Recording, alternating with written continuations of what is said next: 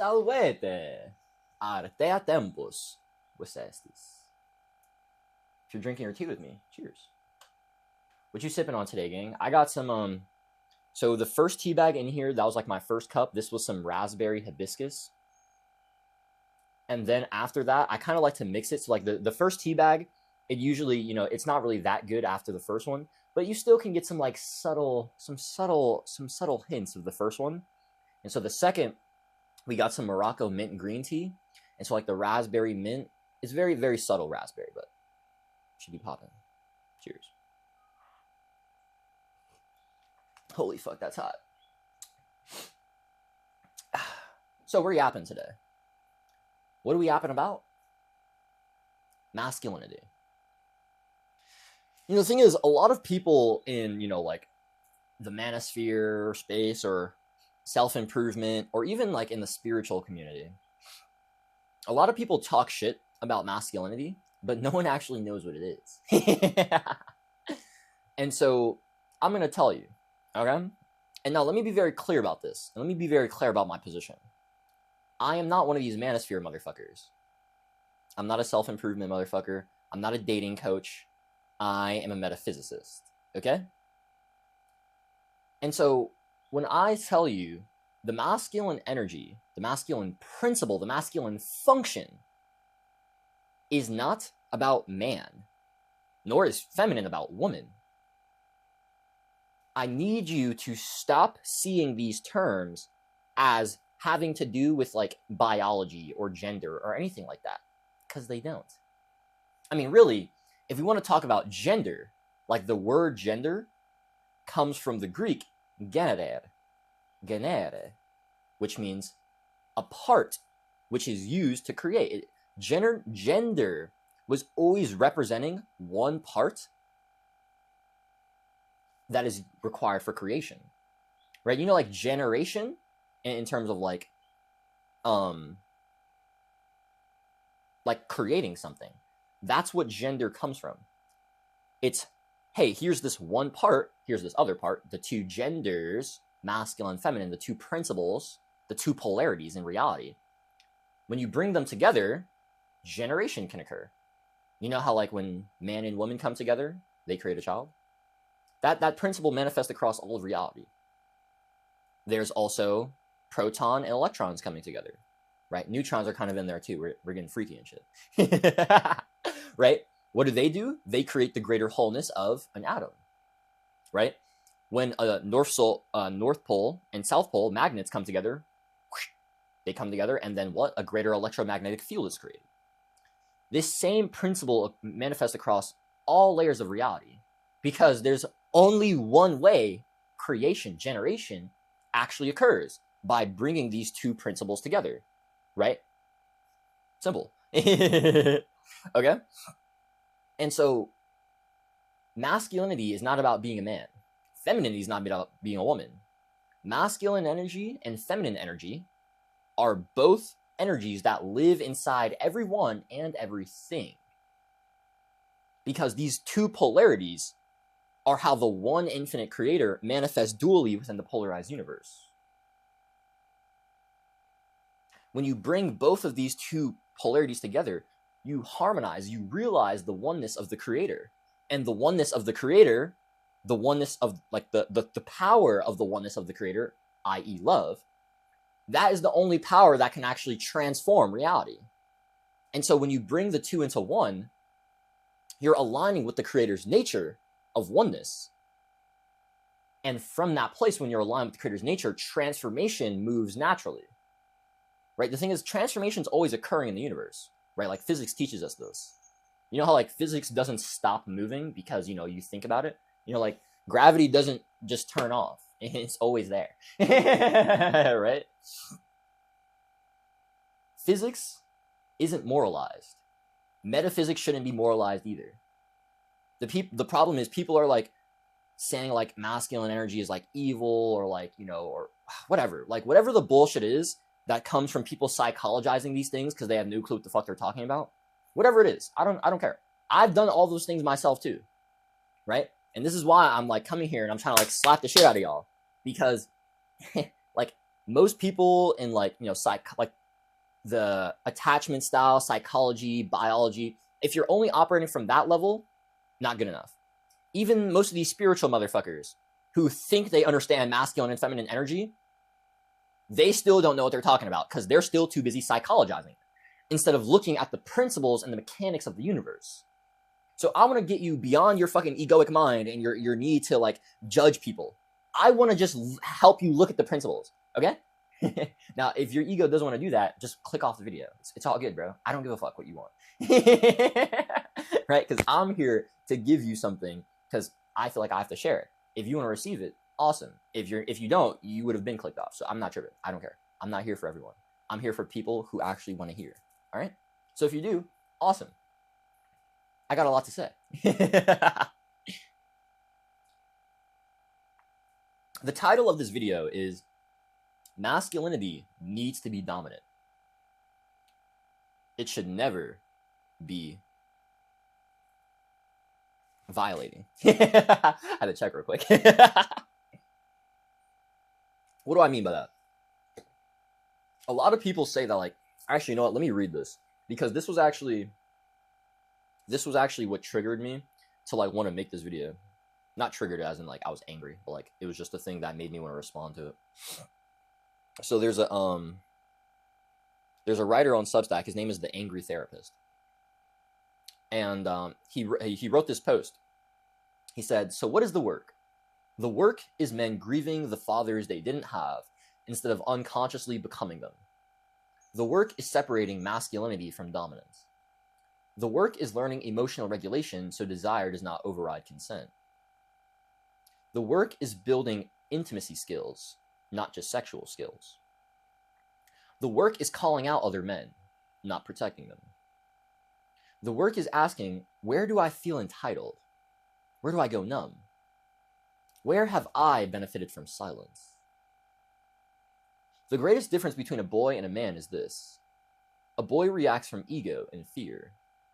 A man responds from awareness and responsibility." So I loved that post. My only problem was the work is separating masculinity from dominance. Because in my opinion, that's psychologizing masculinity and not actually respecting what masculinity is at its most sacred level. So let me be very clear about this. A lot of people see like dominance as like evil or something, but that's not true. There are tons of people who want to be led, who want to have someone who thinks for them, who has someone who takes, you know, decisions, takes action, and says, hey, we're going to do this, follow me. Some people want someone to tell them, do this, so they can just do it. Some people don't want to be in control. Here's the thing. Dominance without consent is violation. That should never happen. Domination with consent is radical masculine leadership in service of the whole. So let's take sexuality as an example, because this is always the most explicit, and it's the one where it makes the most sense and it gets the most dangerous. So if we're talking about sacred masculine and feminine energy, the masculine initiates, the masculine leads, the masculine guides, right? And like I'm saying, this isn't about man or woman. A woman could be in her masculine energy, a man could be in his feminine, right? Yo, shout out all the girls who like to fuck, who like to get the dick. You know what I mean? Like, shout out all the mamas who get that shit when I'm hitting it from the back. You know what I mean? Like, I'm not even fucking her no more. She's fucking me. That's her getting me. That's her putting me in the submissive role.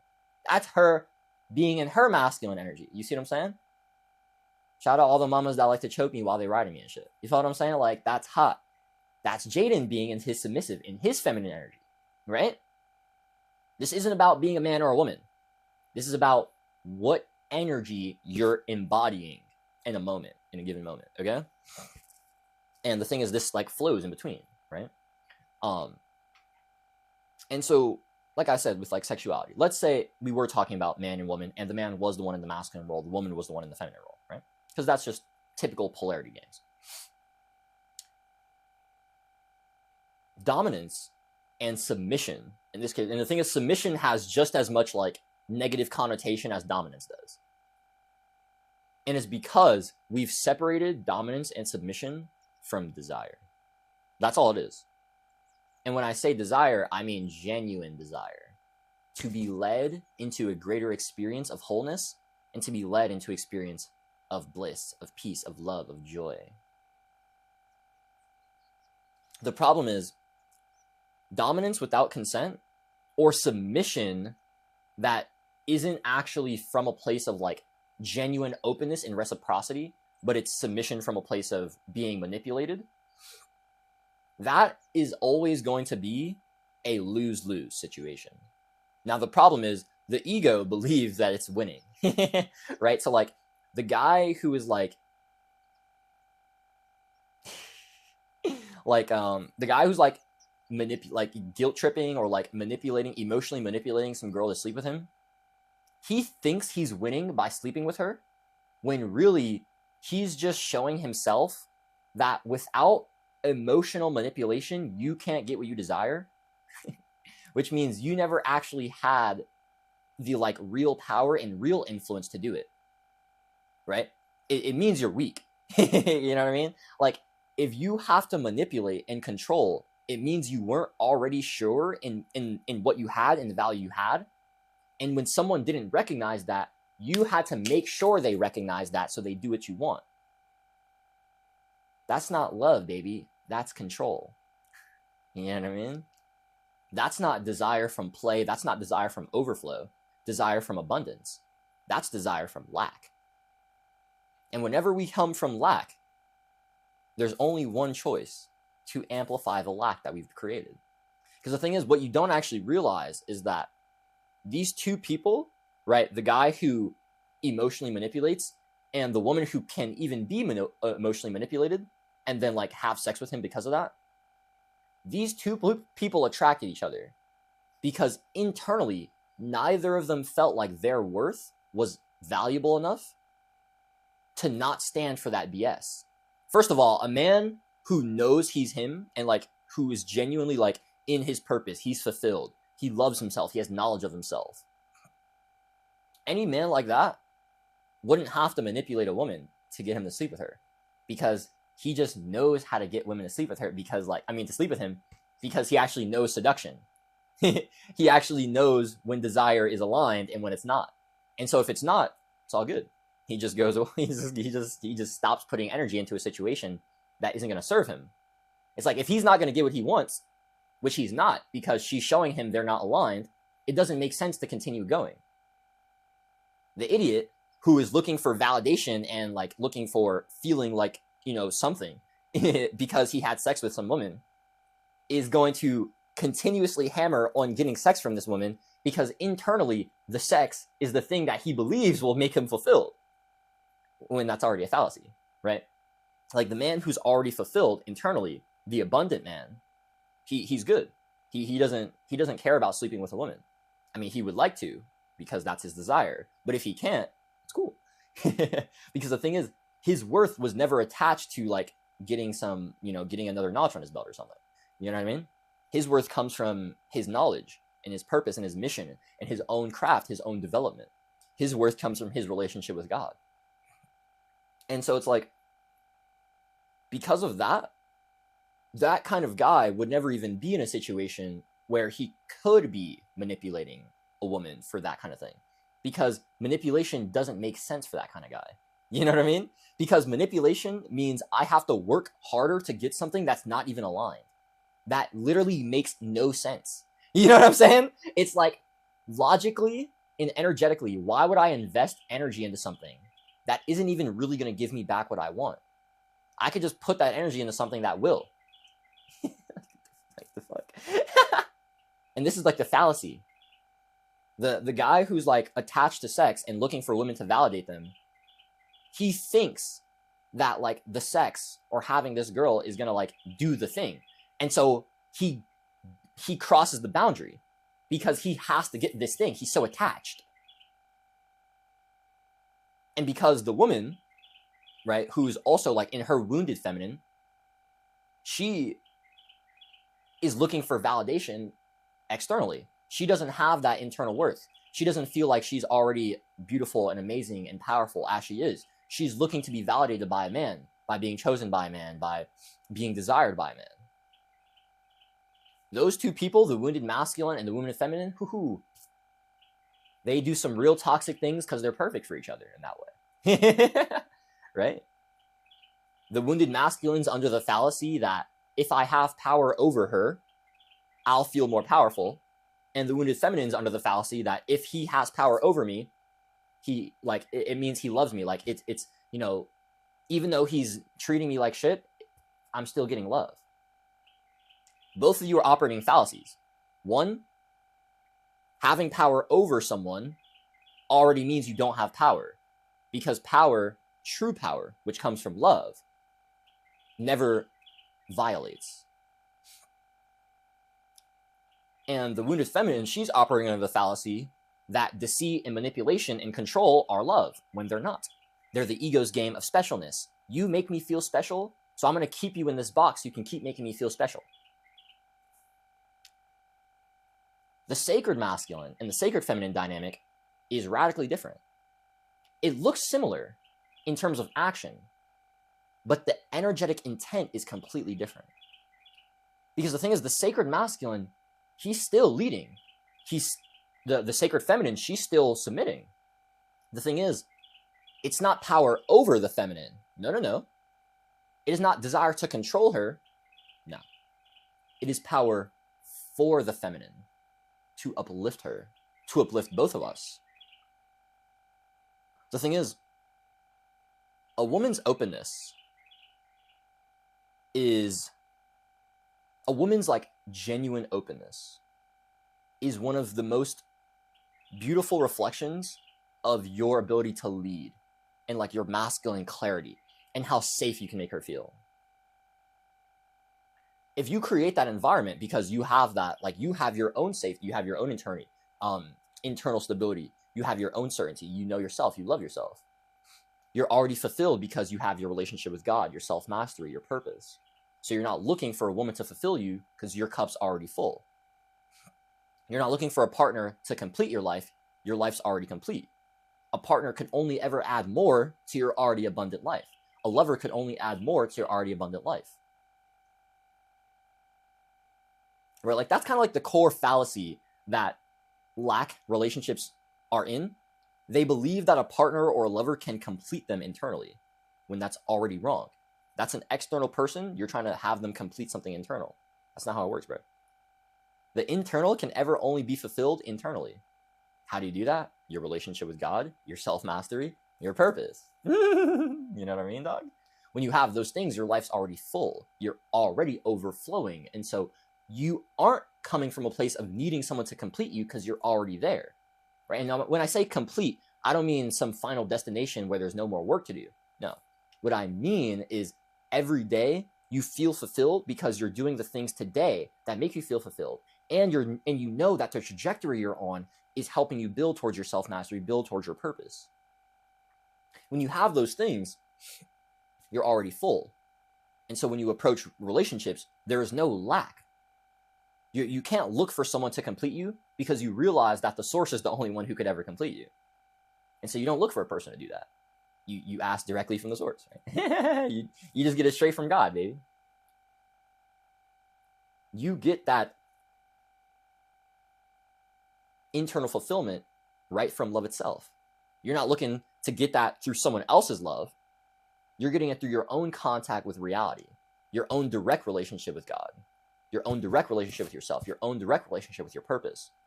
When you have those things, you'll be already full, and you can show up with a partner or a lover from that place. Right? The problem is the wounded masculine feels incomplete and lacking, and so it looks to have power over the feminine so it could feel like it's worth something. But it's like you're operating from a fallacy because you were already always more than enough. And when you realize that you are already love itself, And that love is the only power in the universe. You start being like, well, how do I just align myself with that? The sacred masculine and feminine dynamic is the masculine having power for the feminine. It's the feminine submitting to the masculine because she desires to open herself and give back to their masculine from that openness. Like, I don't know about you guys, but like, there's something just different. Like, the gift of a woman's surrender is a different kind of experience. It really is. And if you haven't like engaged this consciously, then you won't really understand it. But I'm telling you, like, when a woman sees you as safe and as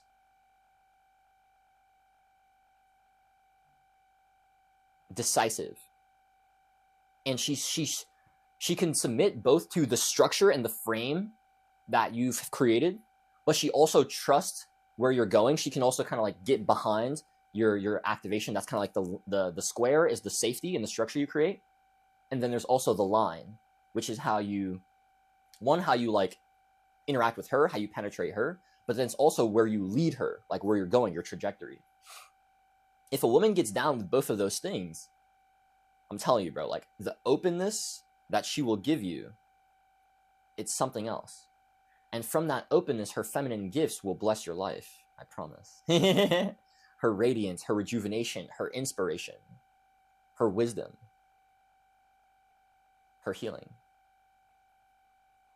These things will bless your life if you first understand the prerequisites to getting those things, to unlocking those things in her. And the thing is, the prerequisite is actually dominance. It's actually leadership. It's sacred dominance, sacred leadership. Because the thing is, real dominance and real submission, real dominance is radical masculine leadership in service of the whole. And real submission, sacred submission, is radical feminine surrender in service of the whole. It is the masculine saying, we are going here. The feminine saying, I trust you. Let's go. And she's giving him more energy to lead them both to that place. Where's that place? Hopefully, if it's sacred, love.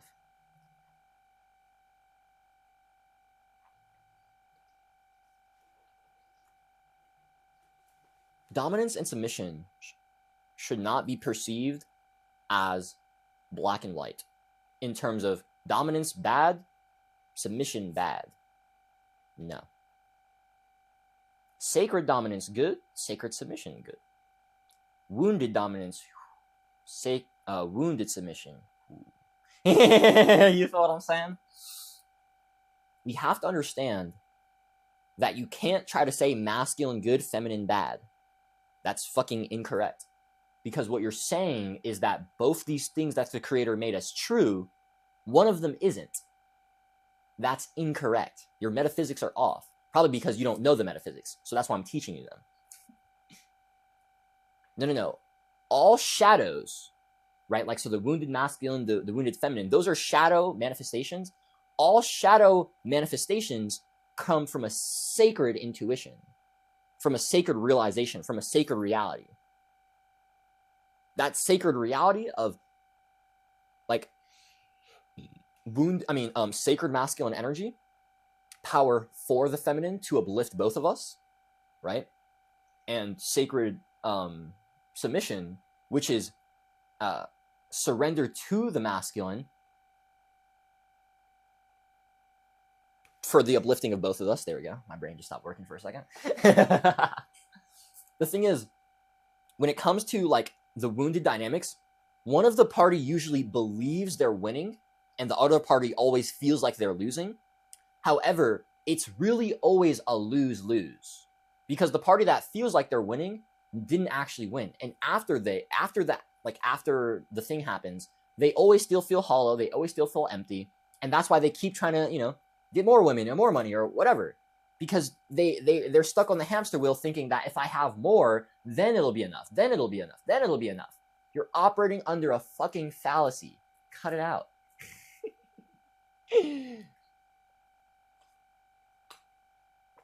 It's tough, man. It's tough. I'm going to stop yapping now. If you'd like to talk to me more about your relationships and healing and understanding like these principles better, applying them to your life, book a 15-minute call with me, and I can help you out with my relational systems interpretation and help you out with actually taking next steps to shed the lack BS and step more to abundance.